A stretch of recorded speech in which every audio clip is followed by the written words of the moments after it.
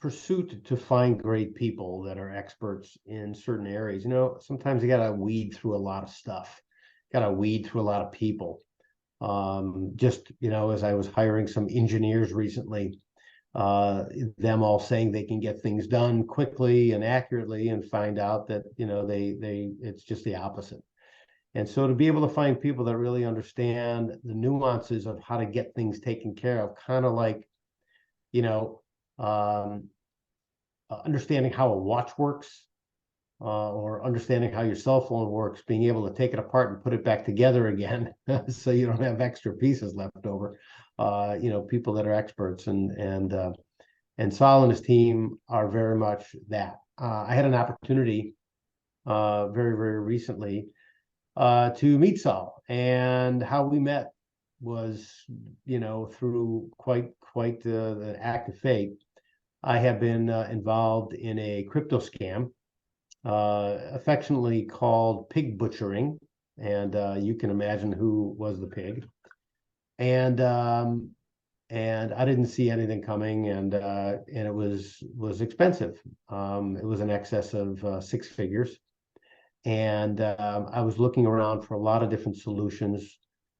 Anybody that could help me, anybody that would listen to a story, anybody that I could talk to. And I ended up bumping into Saul, and he listened to my story, and I listened to him, and I connected with you, and we connected.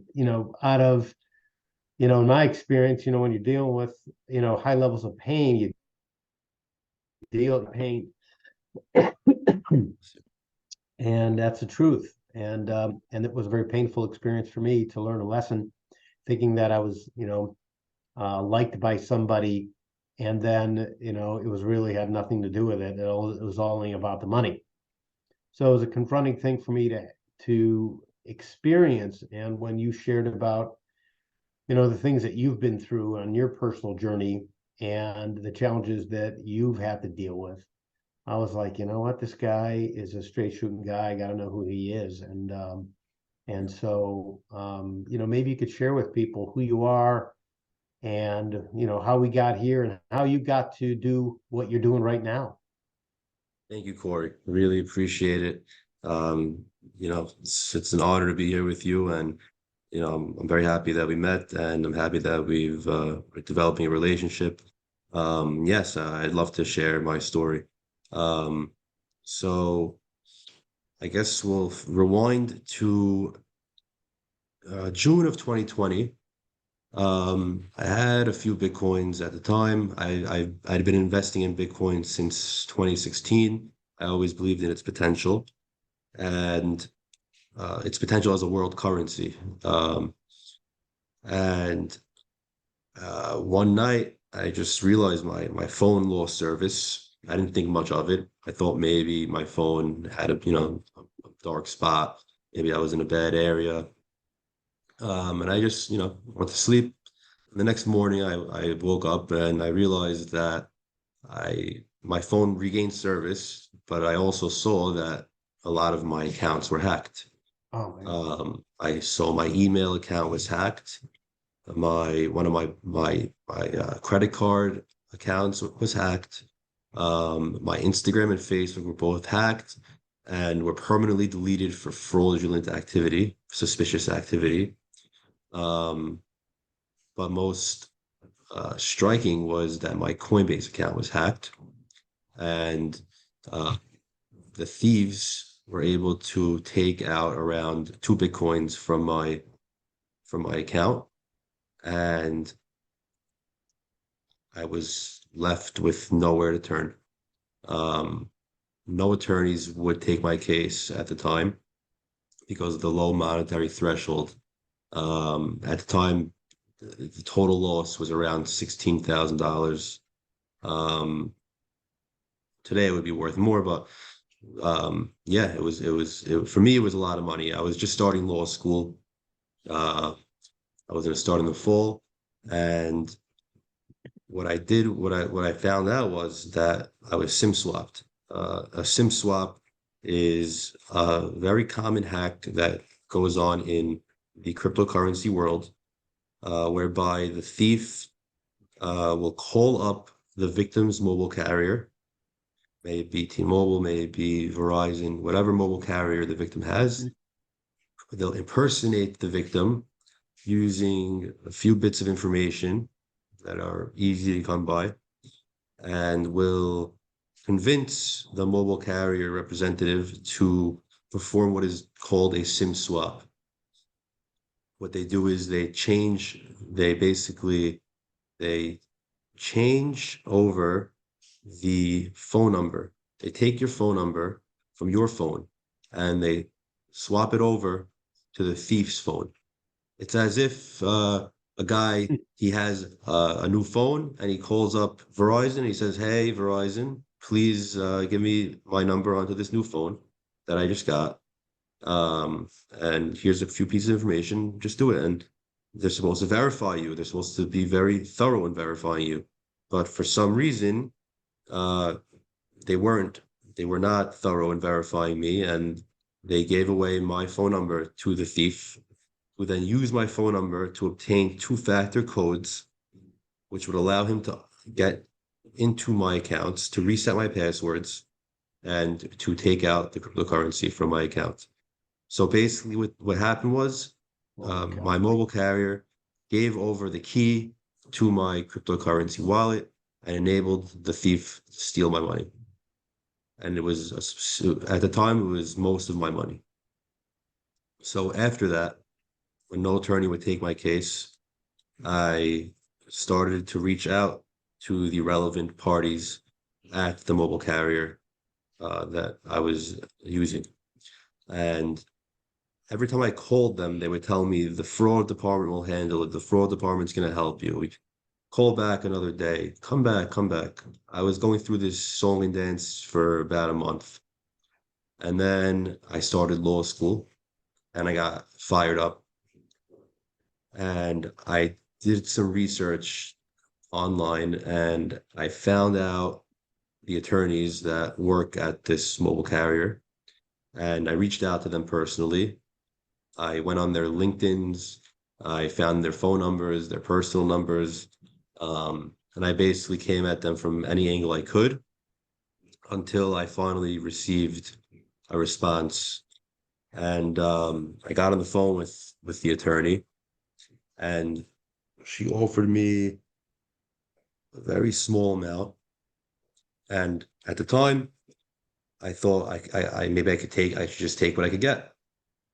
But I decided to push forward and push forward and push forward, and was able to negotiate a nice settlement for myself. And since then, I got into the business of helping other people who have been victims of the same types of hacks and other types of hacks. But the bulk of the business is dealing with victims of SIM swap hacks, and negotiating settlements for them with the mobile carriers that are responsible, as well as the exchanges that are responsible.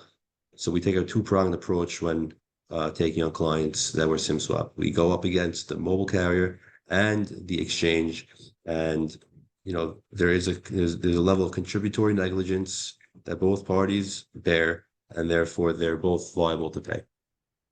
And we attempt to get as much as we can from each of them in a fair manner, and amicably and swiftly. We try to avoid going to arbitration. We try to avoid going to court. We use our connections and our relationships at these firms to settle and get our clients some sort of justice. Wow. Wow. That sounds like, I mean, a complicated scam that these guys pulled on you. Is this as of all the different types of scams that exist right now, from there's not anybody in this country that has not gotten some scam phone call, so we all understand it. As a percentage of scams that occur in the area of crypto, because this was ultimately a crypto scam, sounds like, and cash, right? He was able to get into your bank account. Correct. I mean, that's a very complicated maneuver. He would have to thoroughly convince the provider, the cell phone provider, which he was able to do. I mean, as a percentage, like, what does this represent? Out of all These the calls types. this firm gets regarding cryptocurrency fraud, I'd say 70% of them are SIM swaps. Wow, It's a pretty wow. high percentage, and it's been going on for a very long time. The most widely known case today is the Michael Turpin case versus AT&T, whereby he lost upwards of 20 something million dollars at the time in a SIM swap. Wow. The facts surrounding his case are a little bit different than mine, but essentially the bottom line is the same. He was wronged by the mobile carrier, and he had his money stolen. Um, but yeah, I Hmm. mean, his case uh, didn't go didn't go right. The judge actually ruled against him and didn't issue him an award from AT&T. But he did have two other lawsuits that were successful against other parties. I'm not so privy to the details.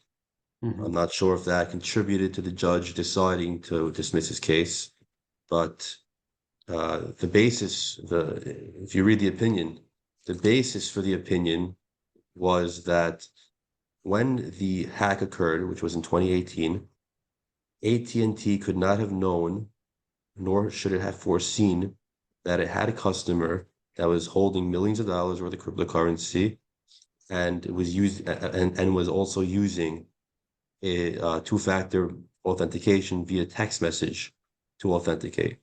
Hmm. That was the reasoning that the judge gave. One of the reasons. That reasoning, I don't think stands today. This is 2023, coming on Yeah. 2024. These SIM swaps are happening very, very often. There's rings of criminals performing these SIM swaps, and every mobile carrier knows about these SIM swaps to the point that they make it their duty to go into their terms and conditions and make explicit provisions that bar claimants from making claims regarding cryptocurrency, regarding SIM swapping, regarding whatever it is we're discussing, in order to cover their behinds, which is totally unfair and, in my opinion, unenforceable and against public policy and unconscionable. And I'm seeking to really set precedent to to show that these terms are unenforceable Yeah. and to hold mobile carriers liable in all circumstances when there's a SIM swap. Um, there's no excuse. There's really no excuse, especially today when this has been going on for almost 7 years. And I'm sure Hmm. it's been going on for longer. Well, But yeah, this so it's just going to continue. This unless something's path done of about it, scamming and deception is just going to continue. The trend that I've seen in just this was an area that I really wasn't interested in. I always knew to stay away from it. It was not my lane. So when I got in the lane, I got run over, or at least temporarily run over. And and I'm clear I won't be back in this lane again, and I'm not yet out of it. But it seems as I was digging into looking for different firms and looking for people that can help me with my problem, that the trend is substantial. We're looking at 2025, 2030, and beyond. Just the amount of sophistication that has developed in technology, such as even AI. AI is going to probably increase the amount of technological theft and scams. Um, I'm sure of it. So excellent point. where do you fit in? And where do you fit in? And what distinguishes you? In my view, it's clear, but for maybe people watching, listening, what what distinguishes you from every other guy or other people that are out there touting that they can actually solve these types of complexities and these types of problems? Off the bat, from a business perspective, um, there's no claim that's too small for us to deal with. We have claims that are in the millions, and we have claims that are literally below $10,000. And there are no attorneys that I know of that are working in the space that are taking those cases. Um, and the reason is it's a low monetary threshold. We work on contingency. We generally take a third of what is recovered. And Hmm. I don't want to give, you know, I don't want to give percentages of what the settlements are, but they're not full. You don't the mobile carriers and Coinbase are not offering a full settlement to any of the clients. So Right. by the time we walk away from it, we're not making that much money. Why do we do it? Really, because I know what it feels like to be on the short end of the stick, not to have anybody that wants to help you, or maybe they do want Mhm. to help you, but they're not able to help you because they're working at a firm and the firm's not going to take you on. Right. And I have the connections to help these people. Why would I turn them down if I could help? And I'm the only Right. one that may be able to help them. Hmm. When it comes to the But cases that are, 50, 60, 100,000, 200,000, there's other people that can help these people. But these smaller fish, I don't think anyone would help them. So that's that's true. one distinguishing factor. Yeah. Yeah. Another factor is I actually care about the clients. Um, there have been many instances where I could have gotten a client to settle and make the case go away quickly instead of going through a lengthy arbitration process and dealing with headaches left and right.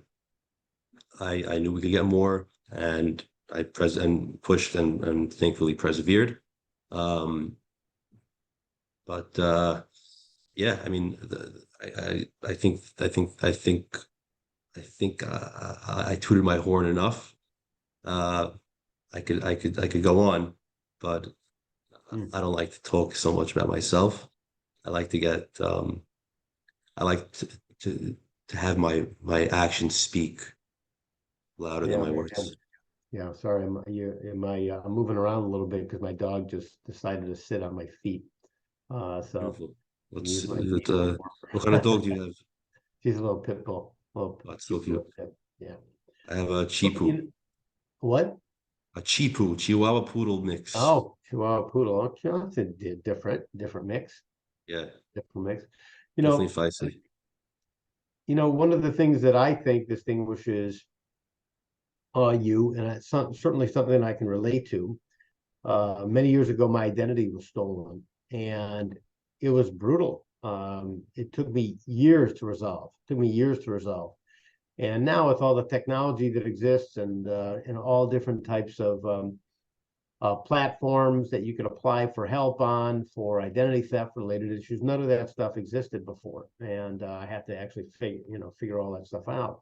And so along the way, I built a credit repair business, and it certainly, why I did that is similar to why you did what you did, which was to solve your pain and solve your problem. And now, and one of the things that I really like about you and is that you're in the dirt dealing with these types of things, and you know that you're not.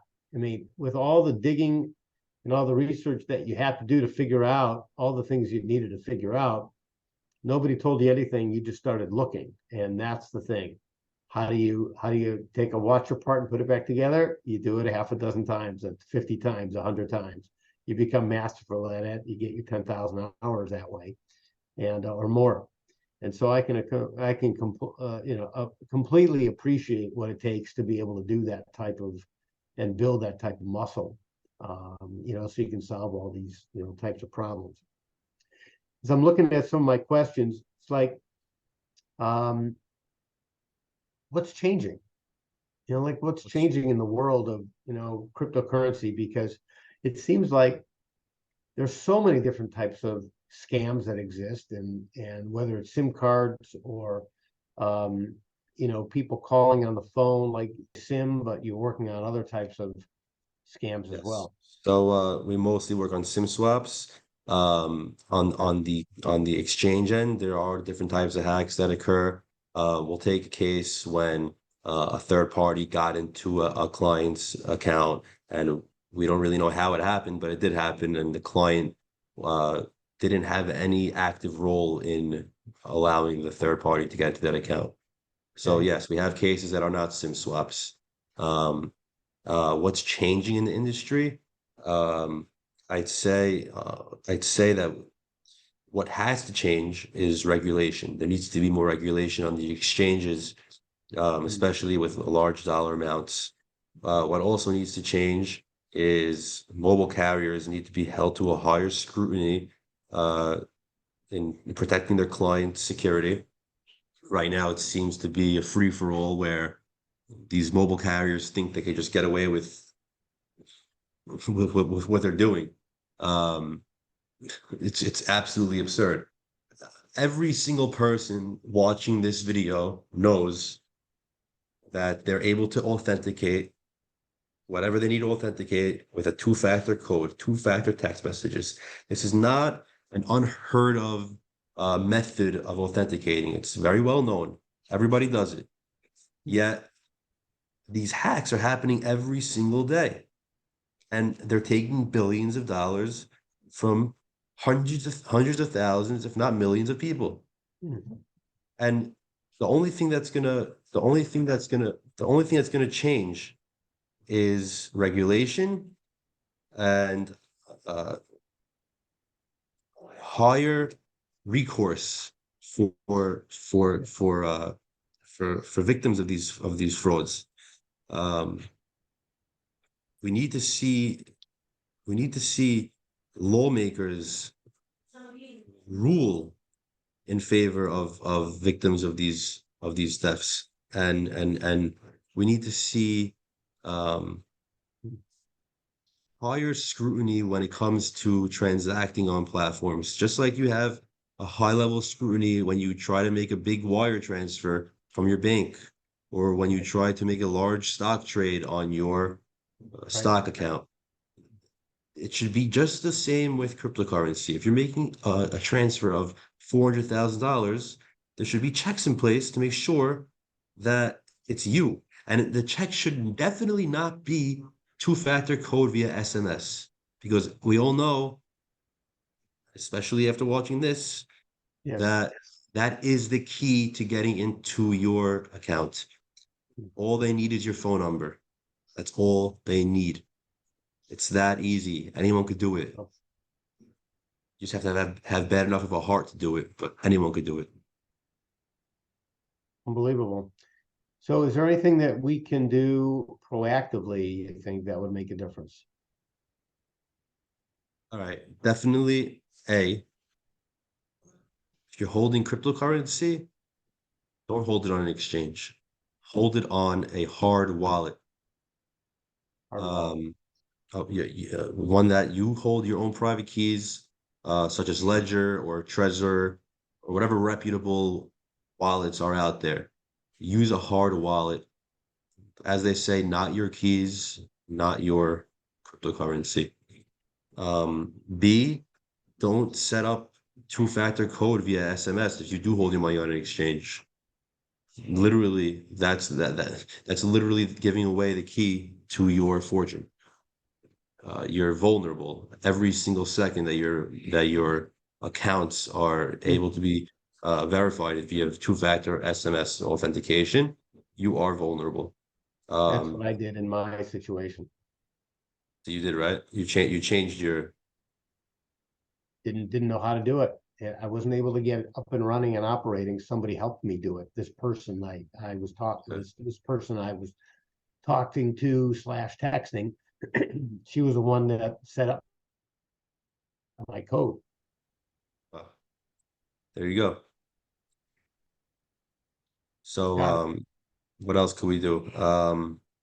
Yep. Trying to think. Interesting. Interesting. Okay, well, that's a good thing to know. I didn't know that. Yeah, no, definitely. Uh, a safer version of two-factor authentication when it comes to cryptocurrency is Google Authenticator, which is tied directly to your phone, and you know the same type of risk that comes with uh, two-factor SMS authentication does not exist with Google Authenticator. Although there might be other risks I don't know about right now, that seems to be a safer route. But the safest route is to have a hard wallet. Got it. Got it. So for folks that want to, so I work in the mortgage community often, Yes. been involved with mortgage brokers for many, many years. Um, there's all, people that are up to stuff, that are moving, shaking, doing stuff. They sometimes step over things and they find themselves in situations where they're not protected. Um, and I put some, software and some security measures on my phone. I got a VPN that I use that I change multiple times a day. As a matter of fact, I just changed it from one city to another just now. Just that simple. And and so somebody who is in trouble, how do they reach you? How do they get in contact with you? I'd be happy to, send anybody that I know that's up against this type of thing. But this is the kind of a thing I think that people really don't like talking about because, nobody wants to look like an idiot and look like a fool and say, oh, they got scammed, so. Fortunately, a lot of people have this feeling that they're a fool for being scammed, and that couldn't be further than the truth. Mm. The amount of scams that go on, as we said, are so, so, so high, and they're very sophisticated, and they're purposely sophisticated because they're dealing with sophisticated people, and they Right. know that. Mm. So yeah, people, people should not be afraid to come forward and say I was scammed, and seek the help they need to seek. How do people get in touch with us?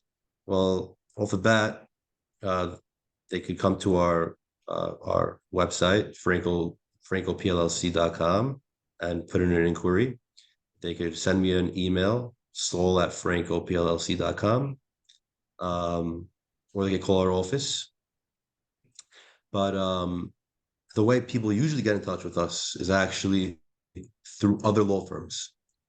We have partnerships with larger law firms that deal with cryptocurrency fraud Mm. who send us cases that are either too small for them or are beyond their bandwidth is just is not large enough, and they cannot handle all the cases that come in.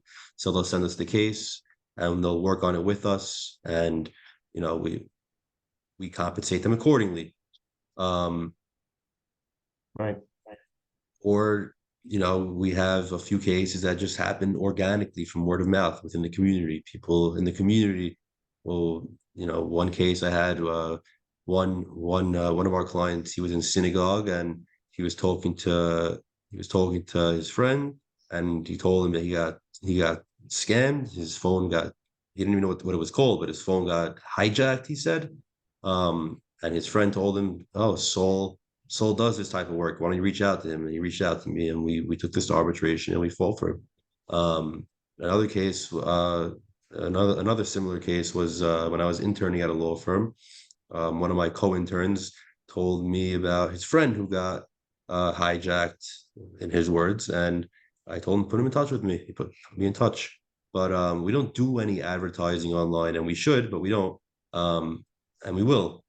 Um, yeah, I mean, our business comes from other law firms and from word of mouth.